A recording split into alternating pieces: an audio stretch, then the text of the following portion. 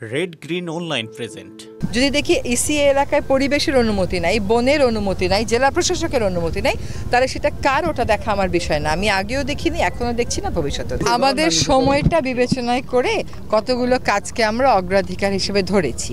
যেমন কক্সবাজারের ৭০০ একর বন যেটা আছে, কক্সবাজারের যে ১৫৫ একর একটা বনের জায়গা নিয়ে একজন ব্যক্তির নামে বিল্ডিং হচ্ছে, ২০ একর যেটা আপনার ওই যে ফুটবল হওয়ার কথা ছিল, ফুটবলের ট্রেনিং সেন্টার, আবার আমাদের যেই জায়গাটাতে পুরো চিংড়ি ঘের করেছে বেজাকে দিয়ে দেওয়া হয়েছিল। তো কক্সবাজার থেকেই আমরা আনুমানিক ১২,০০০ একর বনভূমি সরকারের সিদ্ধান্ত হয়েছে তথাকথিত উন্নয়ন প্রকল্প থেকে বা ব্যক্তির সাথে ব্যবহার থেকে বন বিভাগকে দিয়ে দেওয়া হবে। এই প্রক্রিয়াটা চূড়ান্ত করা হচ্ছে, এটা হচ্ছে ১ নম্বর। ২ নম্বর হচ্ছে কক্সবাজারের মানুষের অনেক দিনের দাবি হচ্ছে বাকখালীকে দখল দূষণমুক্ত করা। আজকে তো দেখতেই পেলেন বাকখালী এখন, আগে যখন পরিবেশ কর্মী ছিলাম, পরিবেশ কর্মী হিসাবে আসতাম, এখন যেই মন্ত্রণালয়ের দায়িত্ব সেই মন্ত্রণালয়ের সাথে এসেছি এবং তারা বলছে যে তারা ফোরশোরকে নিয়ে নেবে এবং অবৈধ দখল যত তাড়াতাড়ি সম্ভব তারা উচ্ছেদ করবে। কোনো জায়গায় আইনি প্রতিবন্ধকতা সৃষ্টি করে রাখা হয়েছে, হাইকোর্ট থেকে স্থিতাবস্থা নিয়ে আসা হয়েছে, সেটাও আইনিভাবে মোকাবেলা করা হবে। তাহলে কক্সবাজারের এই কয়টা জিনিসকেই আমরা প্রাধান্য ধরে এগোচ্ছি। আরেকটা জিনিস হচ্ছে কক্সবাজারের সি বিচ, আজকেও সেটা দেখতে গেলাম, ওইখানে যেভাবে করে নির্মাণ কাজ চলছে, এটা যদি লাগাম টেনে না ধরা হয় তাহলে সাধারণ মানুষের সি বিচ কিন্তু ব্যক্তির সি বিচ বা প্রতিষ্ঠানের সি বিচ হয়ে যাবে। এটা হতে দেওয়া যাবে না। সময়ের বিবেচনায় মানে আমাদের সরকারের তো একটা সুনির্দিষ্ট সীমিত সময়, এর মধ্যে এই প্রাধান্যের কাজগুলো আমরা করে যাব। কার প্রতিষ্ঠান আছে এটা দেখা না, আমার কাজ হচ্ছে ইসিএ এলাকায় অনুমতি ছাড়া কোনো কিছু হয়েছে কিনা সেটা দেখা।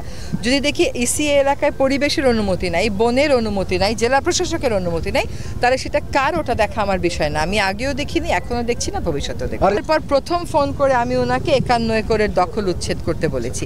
আপনারা দেখেছেন যে ৪-৫ মাস আইন শৃঙ্খলা পরিস্থিতি খুব এক ধরনের অস্থিরতার মধ্যে ছিল, এখন এটা মোটামুটি একটা নিয়ন্ত্রণে এসেছে। আশা করি ৫১ একরের কাজও আমরা শেষ হতে। কবে থেকে জিজ্ঞেস করেন না, তাহলে তো উচ্ছেদকারীরাও বার্তা পেয়ে যায়, কবে থেকে বলা যাবে না। সোনাদিয়ার কথা তো বললাম, সোনাদিয়াটা পুরোটাই উনাদের পক্ষ থেকেও কাগজ চলে এসছে, এখন ভূমি মন্ত্রণালয় হয়তো ২-৩ দিনের মধ্যে আনুষ্ঠানিকভাবে আমাদের বন অধিদপ্তর হচ্ছে, কথাটা সত্য, এখনো না, এটা তো হচ্ছে অনেক দিন যাবতই। এবং তখন আগেও আমি কথা বলেছি, এখন শুধু কথা বলছি না, এখন কাজও করছি। সোনাদিয়া নিয়ে হাইকোর্টে মামলা করেছি, রায় এনেছি, এখন ডিসি। তার মধ্যে সরকার কি করলো, সোনাদিয়া দ্বীপটাকে ইকোলজিক্যালি ক্রিটিক্যাল এরিয়া ওইটা অস্বীকার করে দিয়ে দিল বেজাকে, ইকোনমিক জোন অথরিটি। এখন বেজা ওটা ফেরত দিতে রাজি হয়েছে, বেজা বলছে এটা তার প্রয়োজন নেই। ডিসি অফিসও বলেছে এটা বন বিভাগকে দিয়ে দেওয়া যায়। এখন ভূমি মন্ত্রণালয় আছে, ভূমি মন্ত্রণালয়ের কাগজটা পেলেই অবৈধ দখলদারদেরকে উচ্ছেদ করে আমরা সোনাদিয়া দ্বীপ বনের অধীনে নিয়ে আসবো।